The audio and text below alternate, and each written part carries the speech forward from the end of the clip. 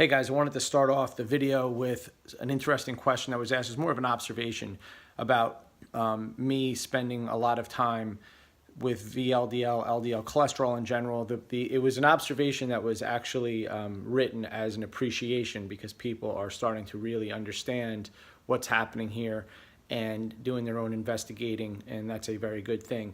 The reason why I spend so much time talking about this stuff, meaning cholesterol, heart health in general, is because what are you most likely to die of in America?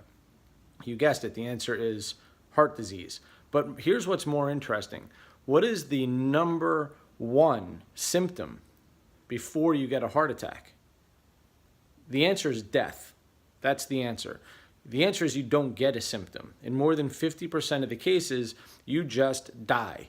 Now, if this isn't cause for alarm, I don't know what is. But the truth is, everybody, that the cognitive dissidence in this society never ceases to amaze me. And yes, it makes me angry and pissed off because you guys are my family. You are who I'm around all of the time. You are who I've chosen to invest my life into. And when I hear people talking about, taking 5 or 10 minutes in the morning juicing celery stalks, right, as if this is the answer to their problem, instead of trying to really understand how science and biology and genes and all these things that we've talked about and been way ahead of the curve for more than 15 years at Fit for Life,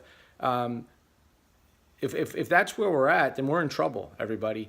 So it's really time to just take a little bit of time every day to learn. And even if it's just listening to these videos for the 5 or 10 minutes that I put them out, 2 or 3 times a week, you'll be a better person, because I'm always going to refer to the science and the understanding of the basic things you need to do. If you haven't done this yet, if you haven't gotten a 23andMe health and ancestry test yet, then you're behind the 8 ball, everybody, because we have the science today to understand what's happening in your genes. We have the science to understand what's happening with lots of things in your blood work. But there are many things even in your blood work that by the time it shows up in your blood work, it's too late. Things like adrenals, things like liver problems. You're already there. You already have a problem by the time it shows up.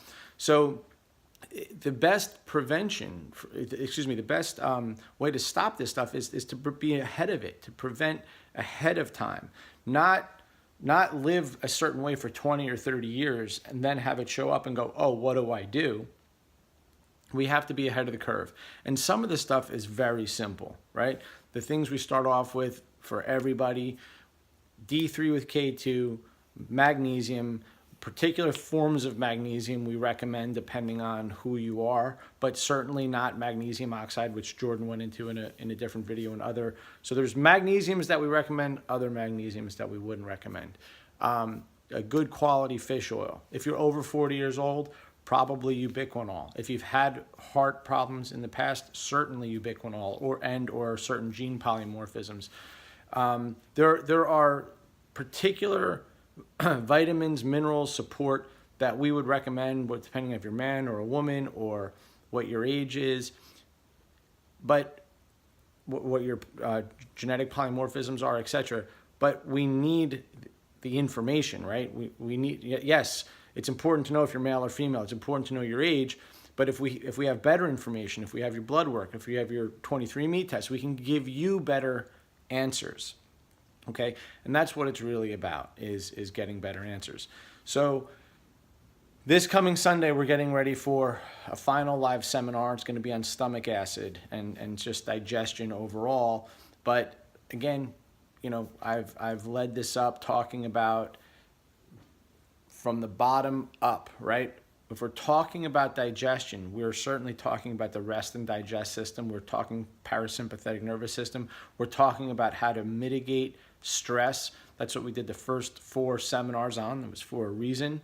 And now we're moving into more of the science of the whole digestive process. And I'm going to specifically focus on the stomach and what's happening there, because there are more things happening there than you can appreciate.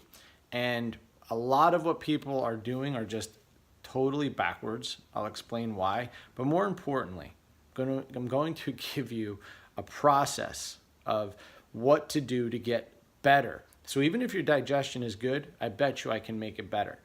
But if your digestion is poor, if you have acid reflux, if you have issues going to the bathroom, if you're not going at least once or twice a day, depending on what your bowel movements look like, we're going to talk about all those things, and we're going to make sense of why your bowel movements look one way as opposed to another, whether it floats or doesn't float.